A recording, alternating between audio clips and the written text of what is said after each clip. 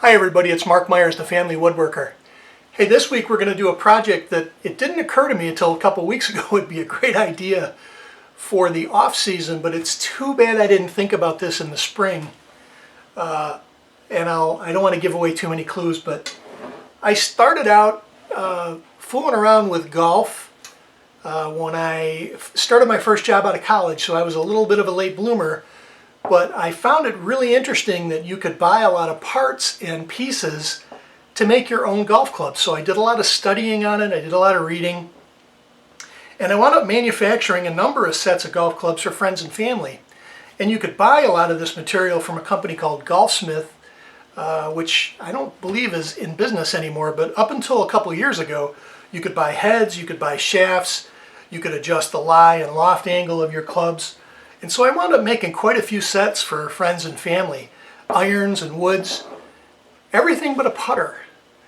And I thought, unfortunately it's the end of this season, but I thought, wouldn't it be great if there was a way to make a great putter head out of wood?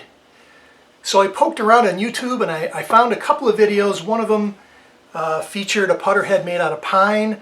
I saw another one made out of Osage orange, which is a really unique looking hardwood. That was a very pretty putter. Take a look for that one out on YouTube. But because I knew enough about putter head design, I wanted to make sure that this thing would conform to USGA rules. So not that you'd take this to a tournament, but that you could. I wanted to make sure the putter was legal. There's also some aesthetic considerations, because when somebody buys a putter, they're looking at a couple of different things. So first of all, it has to look good. Since putters are basically a flat piece of mostly metal, like milled aluminum, almost every putter is going to behave the same way. Unless you're a professional, it'd be really hard to determine the difference between a $15 putter and a $400 putter. But aesthetics are important, so it's got to look great. It's also got to be unique and stand apart, so when somebody buys a putter, they typically want to show it off and say, look what I got. So if you make it interesting out of wood, it's going to be unique. There won't be anybody else on the course that typically has one. And you made it yourself, which is also great. But it also has to perform well, so it can't just be a statement piece. It can't just be a discussion item. This thing actually has to work.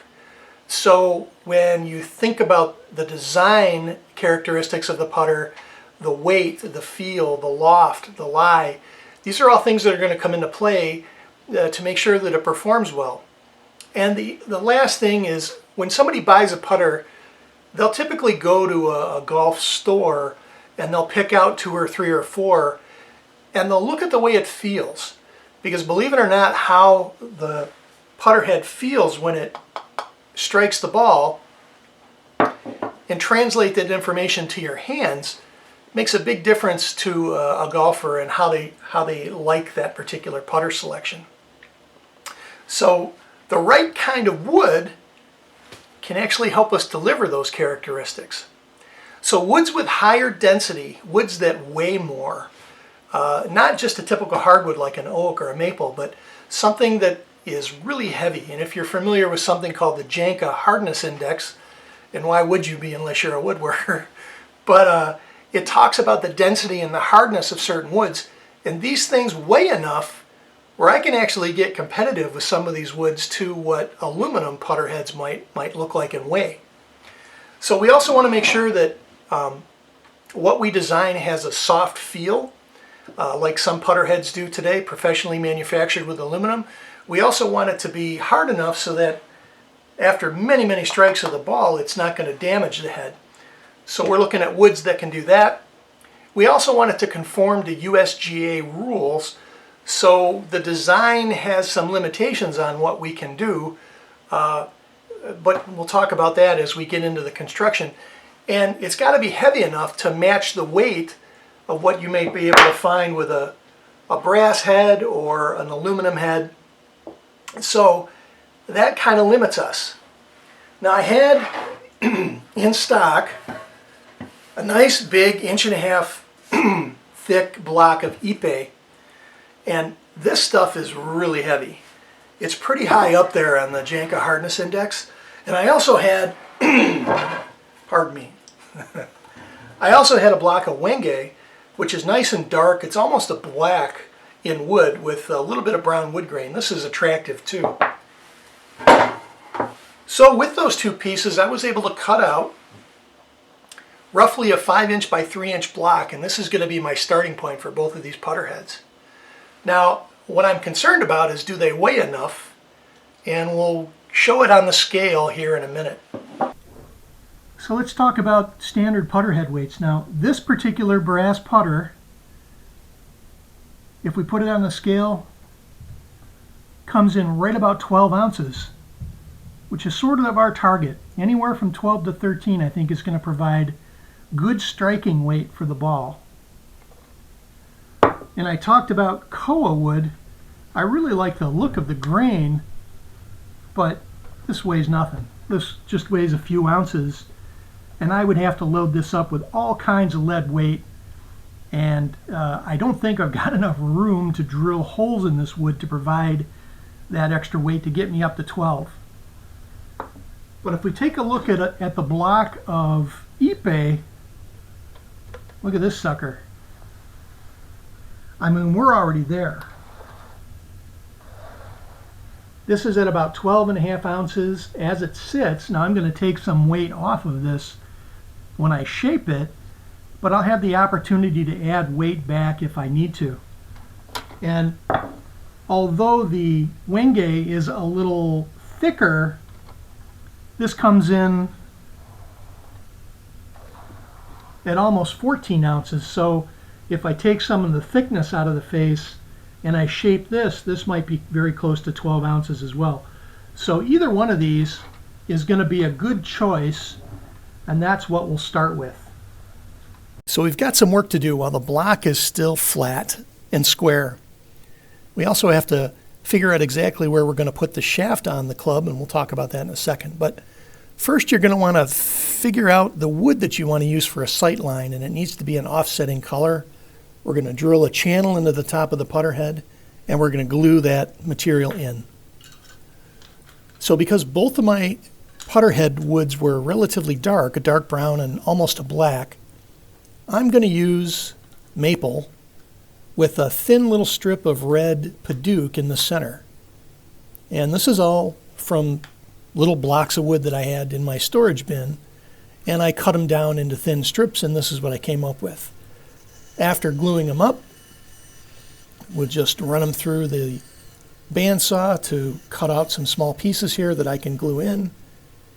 And actually I got quite a bit of material. I can make a number of other putters.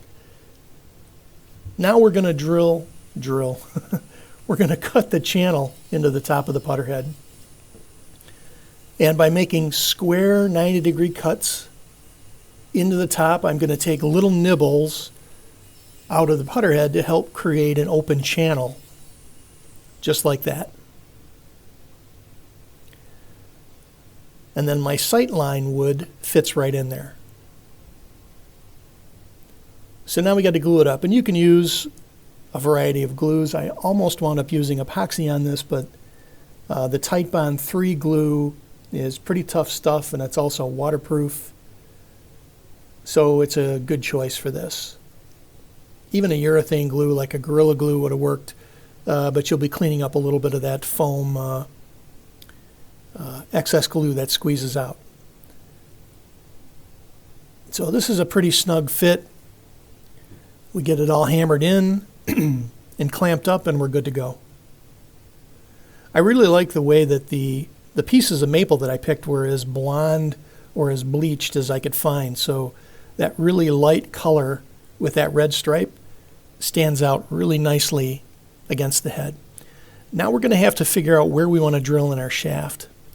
And you don't have to go to golf club school to understand this, but there's a difference in the toe movement of the club depending on where you put the shaft. We're also going to create a block so that we can drill our shaft in at 70 degrees. So all I'm using is a scrap piece of 2x4, and I'm going to go ahead and cut this at a 20-degree angle off center to give me this little working block. Now I'm going to create two of those pieces, And that allows me to set up a jig so that I can come in with my drill press at 90 degrees and put a hole. So there's my 2 blocks. It'll be the platform that the putter head sits on, and I need to create a little fence, and we'll talk about the purpose of the fence in a second. So this doesn't have to be ultra fancy. It's just that fence just needs to be square against the side of that 2x4. And there you go. So I showed how to make the 70-degree jig just out of some scrap 2x4s, and that's really all you're going to need. But because I have a feeling I'm going to be making a few of these, I made a jig out of a little bit larger block of wood. And there's a reason why you have to have this fence here, but let's talk about that. So this was cut at that offset of 20 degrees on the miter saw. So because the miter saw is normally at 90 degrees, if I cut it 20 degrees off of that, that's going to give me a 70-degree slope. And that 70 degrees is what most golf club manufacturers, most putter manufacturers are going to use for their shaft angle on their club. So we've got this. We're going to drill it on the high side, and I'll show you what the shaft looks like. I just got another block of wood here, and let's just assume this is the putter head. I'll be able to drill 90 degrees straight down from the drill press into it, but because of my jig, it's actually going to wind up drilling it at 70 degrees into the head. And it's also important to have the fence because you don't just want to drill it like that. It's going to change the way the angle of the shaft meets the head. So the fence actually holds the club head square and ready to receive the shaft. So now I can almost drill this any way on the press. It's going to go down in the right spot. It'll go down at 90 degrees. With the offset, it'll give me 70. But without that there, I could really screw up the angle of my shaft. I'll show you what I mean with the shaft here. Now that it's up against the fence, and if I mimic the angle of the drill press, it's going to come down in the right spot. If I turn it, it's not going to come down in the right spot. It'll actually be crooked to the face. So in order to keep the shaft angle at the same angle or square to the face, you've got to have this fence.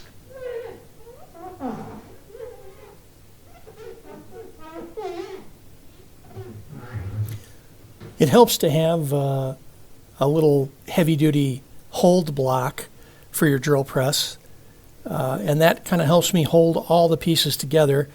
And clamped up to the little fence on my jig, it makes it easy to drill that hole. And as it turns out, I picked medium toe flow. That means my shaft is not to the outer edge, and it isn't in the center. It's sort of in between. The other thing that I'm going to do here is most putter manufacturers, especially the expensive ones, don't just have a square face. In other words, it's not square to the grass. There's a 3.5 degree loft on the face of most professionally made putters. And so with the table saw, I was actually able to set a 3.5 degree cut. So here are the two heads.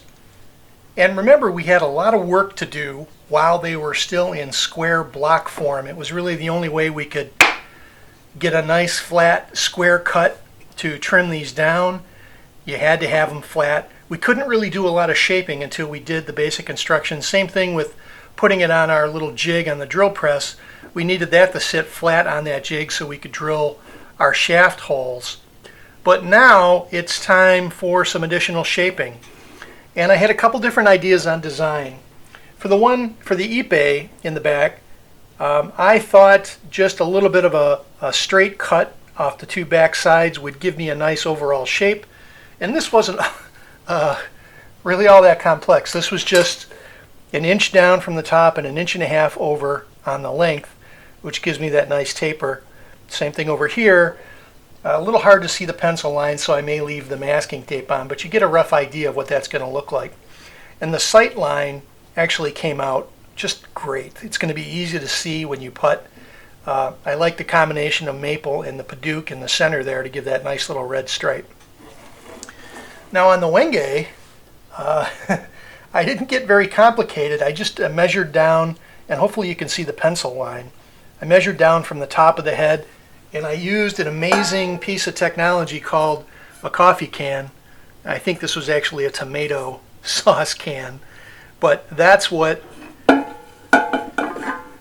actually gave me that arc. So you don't have to use a lot of high-tech solutions to fool around with wood. That's what's great about it. One other thing that I've already tested out that I really like is I talked about the fact that most golfers really like a soft feel when they hit the ball, and even some very expensive putters now are putting softer inserts into the face, so it's not like straight aluminum hitting the ball. And hopefully you can pick up on the way this sounds.